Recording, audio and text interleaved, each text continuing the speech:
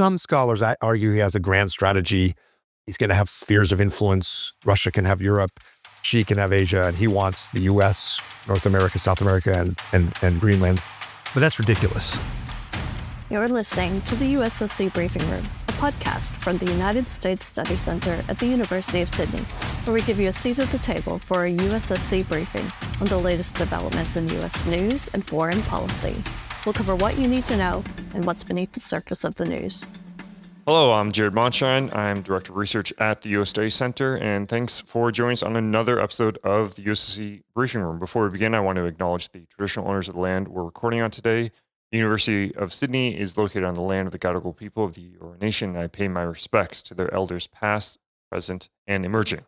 So we are well and truly after the honeymoon period, the 100 days of the Trump administration. We've seen everything move very fast, very quickly, and as the words of Silicon Valley, they like to move fast and break things in this Trump administration. But one thing that we at the U.S. Study Center try to do is look at what's actually happening behind the scenes and what's actually the most important thing to pay attention to. There's a lot of rhetoric. There's a lot of aggressive and quick-moving action, but what actually is long-lasting? What's something that we should really focus on, and what's something that maybe we can pay less attention to? And to answer these questions, the U.S. Study Center is releasing Unpacking Trump 2.0, a guide for U.S. allies and partners to understand what's actually happening in Washington and what this means for the rest of the world, as well as perhaps what can we do about it. And we're going to be hosting a series of podcasts on topics covered in this compilation, including AUKUS, tariffs, critical minerals, foreign aid, and China, and plus a lot more. But to kick this off, we want to start with the CEO of the U.S. Study Center, Dr. Michael Green, because he not only co-authored the introduction and a chapter on alliances, but he has really been central to the U.S. Study Center's approach to making sense of this administration. And just for some background on Dr. Green, he, in addition to being a CEO, is the non-resident senior advisor and Henry Kissinger Chair with the Center for Strategic and International Studies, and also served on the staff of the White House National Security Council from 2001 through 2005. Mike, thanks so much for joining me today. Yeah, thank you, Jared. And thanks, by the way, for editing this big report we're doing on the honeymoon. What a honeymoon, the first 100 days. That's right. It is quite the honeymoon. And we'll get your stat for by the numbers at the end, but perhaps we can just kick off and get your thinking on why you want to do this publication and what you were hoping to do with this publication.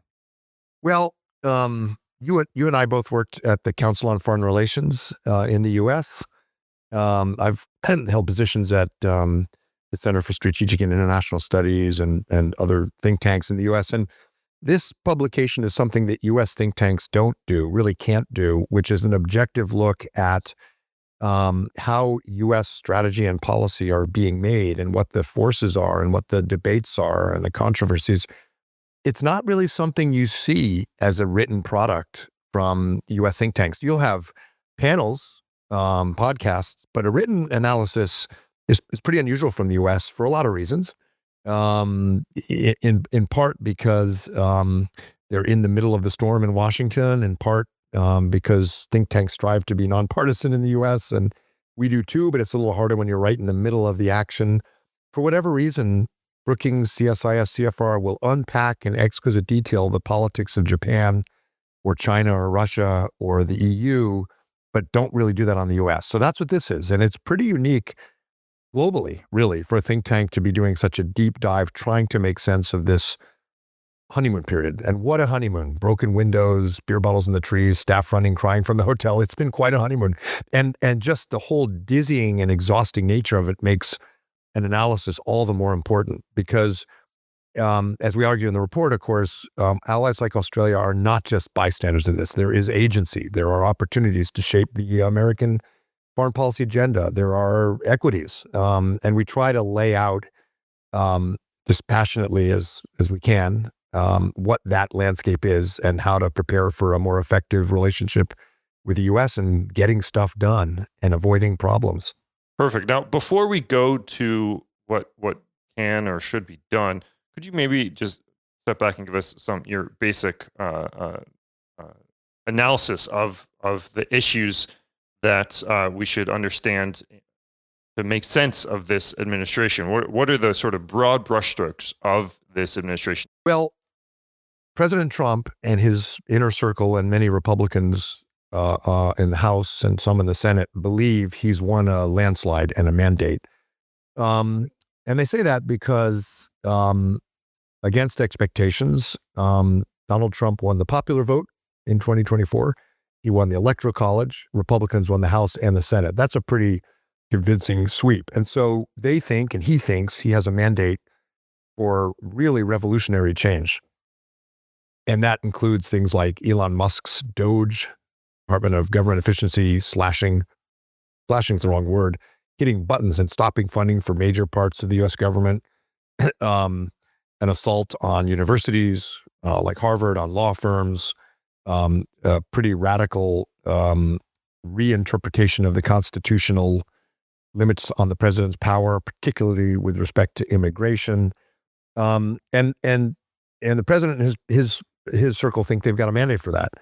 And a lot of people on the Hill think that too. People ask, why aren't the Republicans standing up and objecting? You don't have a precedent in history where the party wins and then immediately starts trying to stop the president. So that's one side of the story.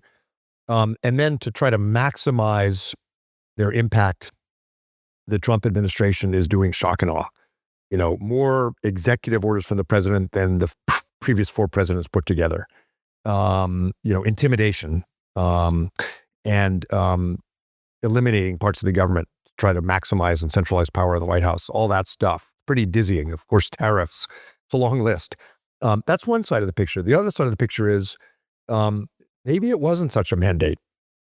Yes, the House, the Senate, but by razor-thin majorities, the president's popularity, as you've pointed out many times, Jared, is the lowest of any president at this point in history. And on the specific policies we're talking about, especially tariffs, but also immigration, the assault on institutions like Harvard and law firms, all of them, including immigration, which should have been his issue, all of them are unpopular. None of them in the polls has majority support, and some of them are quite unpopular. So there's an awful lot of structural impediments that President Trump actually faces, even if they're not visible right now, because he does have a mandate. He did just win he sweeped both houses and the White House. And it would be surprising, actually, if you had Republicans defecting this early. But you look a little beneath the surface, and it is not going well for him politically. Yeah, I guess the Democrats, they had their Crystal Sinema and Joe Manchin, and the Republicans have their Thomas Massie. But beyond that, the parties stay pretty aligned with their president, especially in the early days. Now, you just mentioned the structural dynamics. One thing that you've talked a lot about in the past is the difference between and the relationship between agency and structure in a U.S. administration. Could you maybe unpack that for us and what that actually looks like in this administration? Yeah, I mean, the U.S. Constitution, the American Revolution was about not having a king. So there are lots of checks and balances. People expect them to be like concrete barriers on the highway, and so that if you drive into them, your car smashes into pieces. But they're a bit more like those plastic safety guards that don't stop you, but you hit enough of them and it starts to slow you down and then you stop.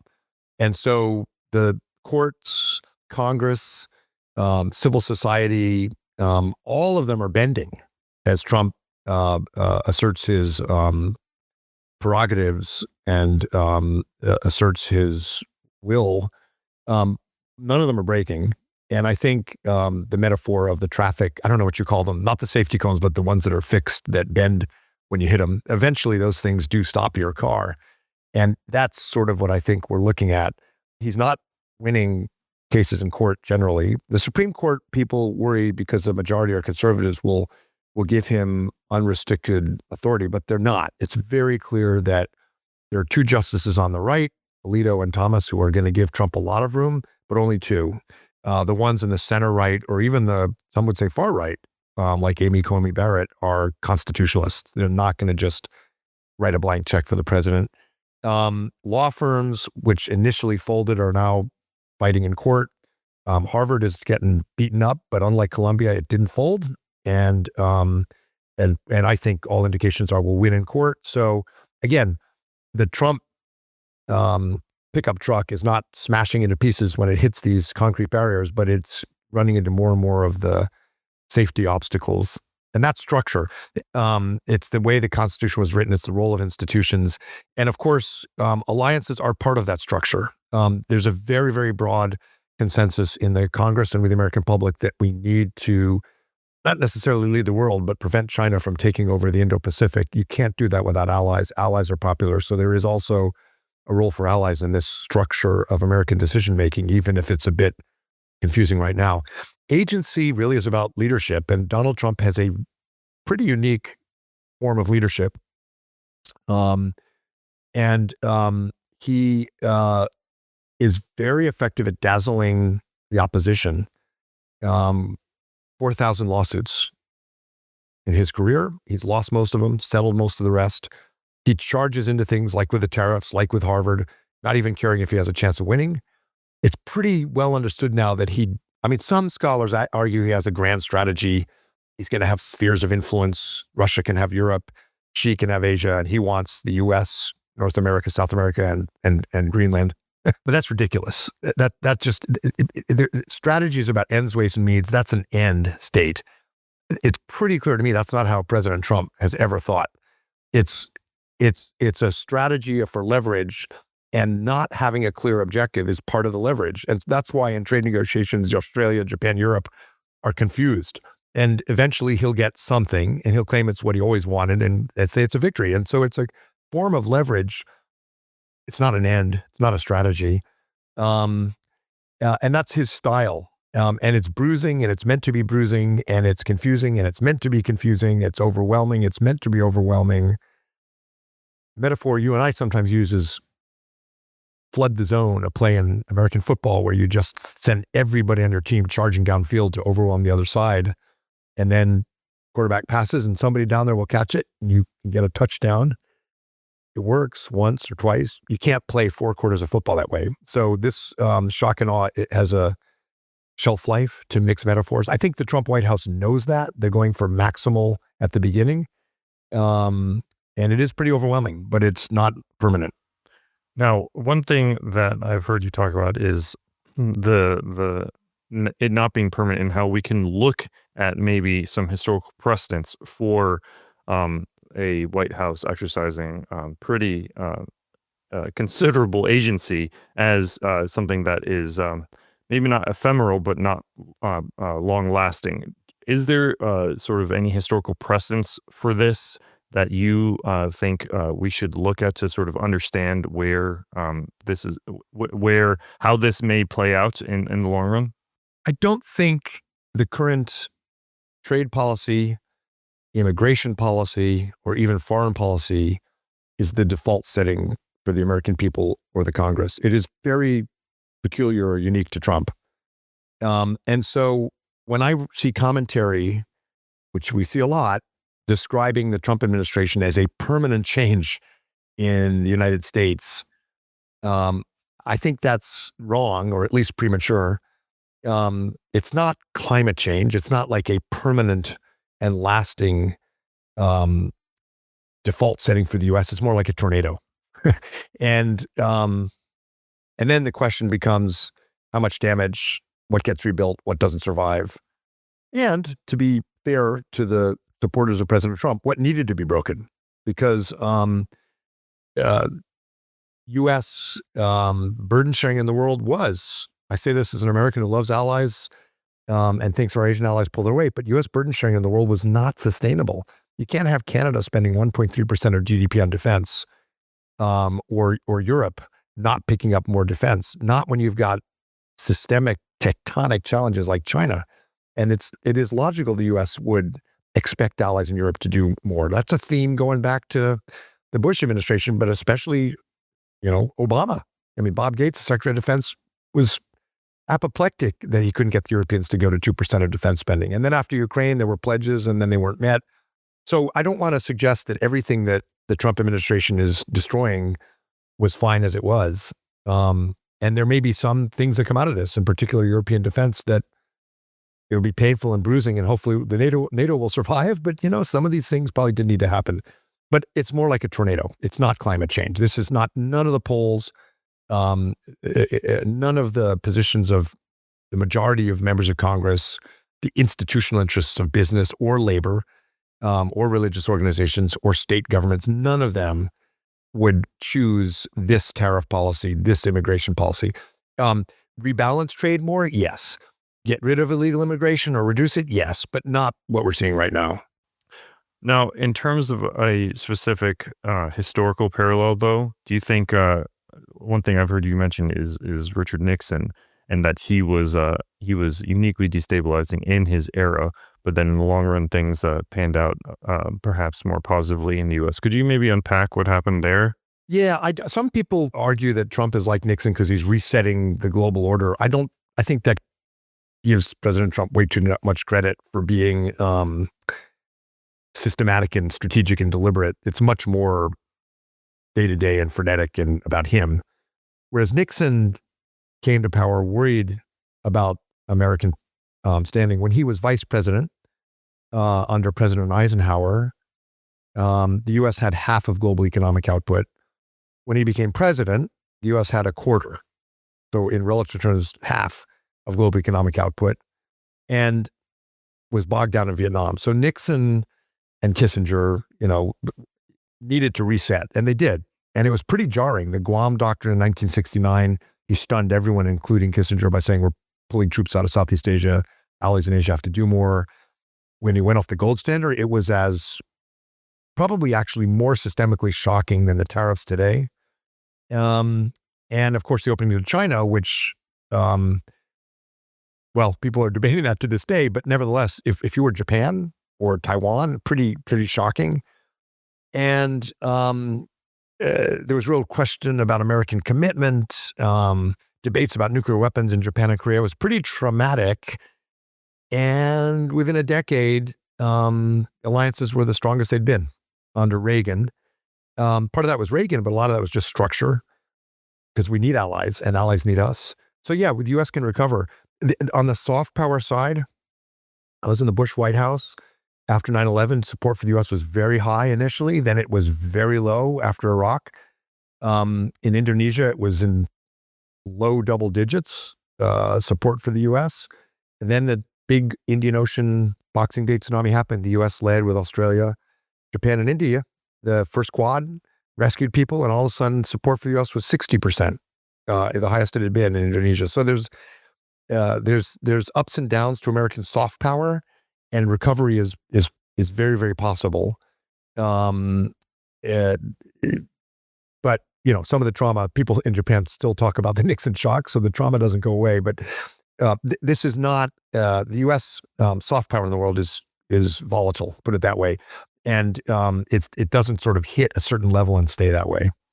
Speaking of volatility, there's been a lot of change in this administration, including its rhetoric around alliances, and you've already mentioned some of this. But what do you think has changed with U.S. alliances or U.S. relations with allies and partners, and what do you think has stayed the same thus far?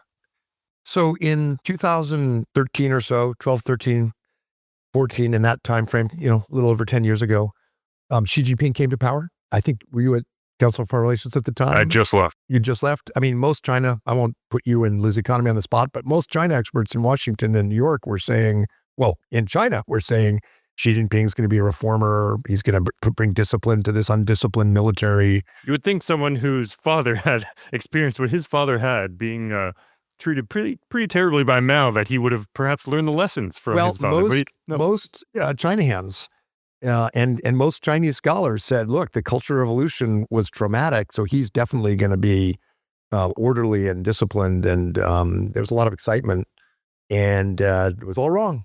Yes. And she was, clearly pursuing hegemonic positioning in Asia and favoring, control over economic growth and all the things we've seen. But 10 years ago, there was a big debate in Washington. So in the think tank world, This is a little simple, but it, I think, is basically right.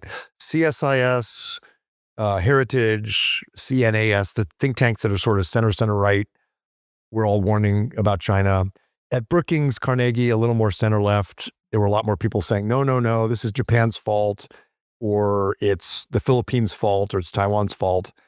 In public opinion polls, the Chicago Council on Global Affairs asked in 2012, is America's future in Asia with China or with traditional friends and allies like Japan, and by extension, Australia and Korea and the Philippines? And allies did not get a majority. They got a plurality. I think it was 46%. And China was 42%, I think, but it was pretty close. So there was a real split. There was a split in the Obama administration. There was a split in the think tanks. Are we heading towards a G2, a new model of great power relations, or do we need to really be building up allies? And in 2008, this debate was really already happening. Brookings used to do an election paper, a book, really, a thick book. And they have two different views on strategy. So I wrote the 2008, I was working for McCain, John McCain. So I wrote the Asia strategy. And then my friend who's passed away, Jeff Bader, wrote the Obama strategy. And I basically said, hey, we need to work with China, but this is not going our way. We need to build our strategy around our allies. And Jeff said, yeah, allies are good, but it's all about strategic reassurance with China. And then Jeff became Obama's senior Asia director in the NSC. And initially they pursued that strategic reassurance. It didn't work. And today in polls, again and again, including polls I did at CSIS, but our polls at the center, Americans are overwhelmingly in favor of allies. You don't get more than about 6% in polls saying, no, we can build a future by having a G2 with China. And most of them are probably not reading the question. So it's all about allies now. Our surveys have found that Americans support allies, not just because we do allies because we're good guys, but because we actually are in a more dangerous world, and we Americans need allies more than ever. That's the reality on the ground. For the Indo-Pacific Command, for Space Force, for the U.S. Army, the Marine Corps, they need to distribute their force posture across the Indo-Pacific. So they need more access in Australia, in the Philippines, in Japan, Southwest Islands. The Navy, U.S. has 1 or 2% of shipbuilding. Japan and Korea have about a third of global shipbuilding. We need them for shipbuilding and sustainment. We need technology. And the allies need us, because the reality is, the PLA just circumnavigated Australia with a highly lethal task force that could hit major bases with impunity.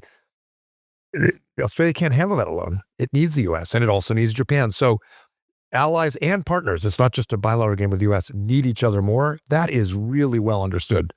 And it's one of the reasons why our allies and the Pentagon are weathering the uncertainty of Trump, because especially in the Indo-Pacific, there's no plan B for us or for allies. So I don't see any evidence of allies in Asia decoupling from the U.S. on security. It's not an option. And it seems like early months of the administration, in terms of its engagement with Asian allies, have been, by most standards, fairly conventional. If you look at the visit by the Prime Minister of Japan to the White House, if you look at the early days of Secretary Rubio, when he, within hours of being sworn in, had a pretty productive meeting with the Quad. Even when Secretary of Defense Hegseth went to Asia, the Philippines, and Japan, by all accounts, his the sort of announceables from that visit could have very well been announced by his predecessor in the Biden administration. Every written word produced by the Trump administration has been consistent with Biden's Asia strategy and built on it. The spoken word from the president has been a little less disciplined and predictable. And you do have things like, Secretary Hegseth saying we're going to cut 20% of 4-star ranks in the military. Well, what does that do to U.S. Forces Korea or the U.S. Army Command in the Pacific, who are 4-star? Does it all come out of Europe?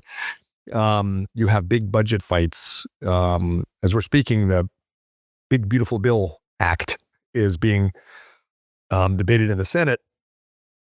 Probably you'll have an increase in defense spending, could be 12%. But there are parts of the Republican Party and parts of the White House, the Office of Management and Budget, that would like to have no growth. So actually resourcing what Rubio and Hegseth and others are saying it's still a bit of a question mark, although on balance, I think the resources will be there for Asia, not Europe, but for Asia. The other question mark is with President Trump dismantling the NSC. Is that a good thing or a bad thing? As a former NSC guy, my instinct is it's a bad thing. And it seems like the president does not want to be bound by staff. And given papers that describe reality, he doesn't want to be scripted. But it could be a good thing if Rubio actually is the czar of foreign policy, because Rubio, although he's come under criticism for being unwilling to stand up to Donald Trump, which is frankly an unrealistic expectation, his instincts are very, very good on Asia and on allies. So anyway, but the lawn party is beautiful, but there's weird smoke coming out of the kitchen and screaming in pots and pans inside the administration about big things that affect allies. But on the whole, I think alliance policy, particularly towards Asia, is one of probably the most important areas of consistency of all from Biden to Trump. Could I ask, as someone who is on the inside, if you have less staff in the NSC, a national security advisor who is also Secretary of State and chief archivist, can't forget that title. And so you basically have a boss who is spread thin and less staffer. They, as you mentioned, they've gotten rid of a number of NSC staffers, in addition to the many they already got rid of on day one of their administration. What does that look like in practice if you're in the office and trying to implement policy? What do you think are some things that we should look out for, or things that may be overblown? It's not unprecedented. Henry Kissinger was, for a time, the national security advisor and the Secretary of State, but he had a relationship with Nixon and then Ford that was very trusting. The strategy was set, and it worked. Condoleezza Rice, when she became Secretary of State in the second Bush administration, had a somewhat similar role. I was still on the NSC staff and as the senior official at the White House working on the Indo-Pacific. And the senior people would go over to the State Department, sit around the table with our counterparts from state and debate strategy with Condi and with Steve Hadley, the national security advisor. So she was clearly first among equals. But President Bush knew her and trusted her. So it worked. And the downside is there's less contestation. So, in the NSC system, other agencies, departments, Treasury, the CIA have more of an opportunity when the NSC is an honest broker to air their views. So I think in some cases, alternative perspectives were missed, but generally it was quite disciplined and worked quite well, but mainly because the Secretary of State, Kissinger, and then Condoleezza Rice were very, very trusted by the president. I'm not sure that Rubio has that same level of trust. And it's pretty clear the president really doesn't listen to any one person for any sustained period of time. It's a bit of a roulette game who gets in and gets to him. So I take a lot of confidence, actually, and comfort from the fact that Rubio's influence on foreign policy is expanding. Because as I said, he's very pro-alliance. He's very smart on Asia. I've briefed him a couple times when he was a senator. Gave some very good speeches in the region about alliances. So there's some good news in that. But again, it also suggests that within the White House, there's going to be less discipline and less staffing of the president. But we'll see. I mean, Trump 1.0 changed a number of times. And what we're seeing today may not be what we see in 6 months or a year. Interestingly enough, I think in the early days of the Trump administration, Donald Trump liked to highlight that Rubio was unanimously voted and were confirmed in the Senate. And if anything, I think the president was a bit worried about that. The Democrats might have liked him too much. But then, interestingly, in the last couple of weeks, President Trump was asked about his potential successor. In addition to talking about J.D. Vance, he also talks about Marco Rubio as potential successors moving forward. So it does indicate that, combined with his replacing Mike Waltz as national security advisor, least temporarily, does seem to indicate that so far Rubio's ability to somehow become a trusted Trump advisor is pretty remarkable. I couldn't do it. But I got to say, I'm glad somebody like Rubio is, even though he comes under a lot of criticism for not, he's criticized on the left for not getting fired. But I'd rather have him there. I really would. And it does create this really interesting Game of Thrones because you have J.D. Vance, you have Rubio, you also have Don Jr. And a lot of the dysfunction in the White House is it's a bit like Kurosawa's movie about the aging samurai whose three sons are all vying to replace him. I suspect some decision making is being shaped not by the national interest, but by people trying to position themselves. Not completely unique to America. Look Not at at the all. Australian election, but in a very Game of Thrones kind of setting right now. Yeah.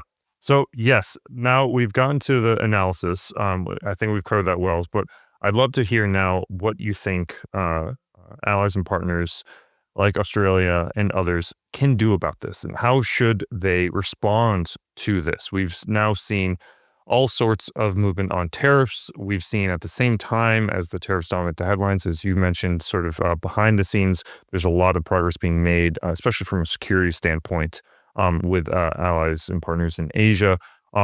What should Australia be doing about this? How should they approach this? Well, allies like Australia should take comfort in the fact that the American public is basically with them on most of the issues. And in that sense, time is on their side. Because as we find in our polling, the American public and the Australian public's views on trade, China, alliances, AUKUS, you name it, Taiwan, is actually pretty close. And it wasn't always that way. No. So hats off again to Xi Jinping, but I think that matters. Of course, you're a polling expert, Jared, and you know it's about saliency. How much do they care about China and trade is a different matter. But in general, the default settings of the American public and the Australian public on some of these big issues are not so different. And in a democracy, even one that's a little juicy right now, that matters. So there should be some comfort in that. And that goes for most of the Congress as well. I think that Australia, Japan would be like this, is in a better position than our European allies. So, it's important not to look panicked and to be patient and calm. And, the South African president was sure calm and patient. And Abe, the Trump administration, Trump 1.0, was masterful at just sort of patiently working things through. So very important not to sort of tilt and freak out and panic at every one of the, what are we up to now, 200 or whatever, executive orders. The newest one on Harvard University affects 100 Australian students. It's outrageous. But it is good that the prime minister, that the foreign minister, that Kevin Rudd are not, hitting general quarters and running with their hair on fire, because it's a real problem for the embassy, for DFAT, for the Australian government, and of course for the students. But Trump administration is going to lose in court, so play the long game. Don't react to every single thing. Alliances within the administration matter. I think Australia's got Rubio and Hegseth, probably Tulsi Gabbard at DNI, the director of intelligence. Hegseth and Gabbard have very little experience in any of this. But my sense is, and they have some views that I don't agree with, but I think they want to be seen as doing a good job on the whole. And you kind of have to get the alliance with Australia right. So there's some good allies within the NSC staff, whatever's left. The Asia team's very good. The people that Rubio is going to put in on Asia are pretty good too. So there's lots of allies to work with. Secretary Bessent at Treasury, for sure, is listening to Australia. Doesn't mean he can do everything Australia would like, but there's lots of allies. And then, of course, on the Hill, senators like Dan Sullivan of Alaska, Lindsey Graham, Republicans who are willing to, willing to speak out on security issues, on Ukraine, on alliances. And I'm sure Kevin Rudd and the embassy is doing that, but keep cultivating those. and then look for affirmative things to do. It may be better not to link them to tariffs. Doing a quid pro quo is actually what Donald Trump does. It might be better to just sort of deal with the tariffs in their own lane. The impact on Australia directly is hundreds of millions, but really a rounding error in the Australian economy. Might be smarter, easier said than done maybe, but might be smarter to start building an affirmative agenda on critical minerals, on space and other things, and not link it to tariffs and not have the quid pro quo. That will pay off more in the end. And I think if you start doing quid pro quo, it just triggers the wrong instincts for President Trump because he'll outquid your quo or whatever if he can. So those are some of the things, and all informed by the reality that they're the only Americans you've got, and it's not like you sometimes hear Paul Keating or others say what Australia really needs is an alliance with Indonesia. Indonesia's not going to do that. Indonesia's not going to provide extended deterrence, space capabilities, security in the broader Indo-Pacific for an island trading nation like Australia. It's not going to happen. Australia-Indonesia relations are important, by all means. Keep building them. But I think the government in Australia and the ruling party and the coalition know that. So it play for the long game. Yeah, we've had the pleasure of hosting a number of different delegations here, but also talking to former Australian diplomats who were in D.C. for the first Trump administration, and they always went out of their way to say that it was a little bit scary in the way that the Trump administration was so unconventional and didn't have your standard interagency process. But they also said it was exciting because the Trump administration was so unconventional and didn't have a standard interagency process. So there were certain opportunities at the same time as some destabilizing behavior. I think we mentioned critical minerals. That's complicated, and we'll be doing a lot of work on that at the center, so stay tuned. Space, defense trade. I think a lot of the obstacles to transferring technology in the Biden administration were overcome. A lot are still there, but a lot of those are arms control things that are Democrats' priorities. So with the Trump administration, you might actually find that there's more opportunities to do tech transfer, defense trade, and build new high-tech systems together. There will be in the midst of all the confusion and chaos some opportunities for sure. We talk a lot about the climate compact, replace climate with energy, and look at ways to cooperate on energy. So I think that the Australian government is much more agile and better at that than a lot of U.S. allies, particularly in Europe, where they really get fixated on. And part of it is that the EU is sort of so focused on consensus building internally. It's very hard for them to be agile. Australia is not in that position. Neither is Japan. Lots of opportunities, not lots, some opportunities on the upside worth exploring. And Australia's, got the potential to be agile and seize those if they see them. Perfect. All right. Well, thanks so much for your thoughts. Just want to hear if you by chance have a stat for our by the numbers section. Do you by chance have one for us today? Well, I'm fixated on the number 100, which is the number of NSC staff that the Trump White House said it's going to fire. I know some of them. They're my former students or colleagues. They're very, very good. So I'm wondering what it means to fire 100 NSC staff. Sometimes the NSC gets too bloated. And the Obama and Biden administrations really bloated the NSC. And if you're talking 300 or 400 NSC staff, that's too many people. I mean, the NSC is meant to be a conning tower, a coordinating body, not an implementing body. And so there is room for downsizing. But to me, as a former NSC staffer in the White House, that's really worth watching. And as we were saying earlier, is it Rubio, the foreign policy czar, which would be good for Australia? Or is it the president not wanting to be staffed, preferring not to have briefing documents that describe what's really happening in South Africa? That to me, maybe because I'm a veteran of the NSC, that to me is the most interesting number and the most interesting thing to watch right now in terms of how the Trump administration conducts itself on foreign policy and defense. Fantastic. Well, thank you. And as we wrap up, I just want to point out, firstly, that this publication will be out on June 2. So please stay tuned and subscribe to our publications alert so you can be the first to read it. And I also want to point out a couple other podcasts that may be of interest. Mike, you have your Asia Chessboard podcast.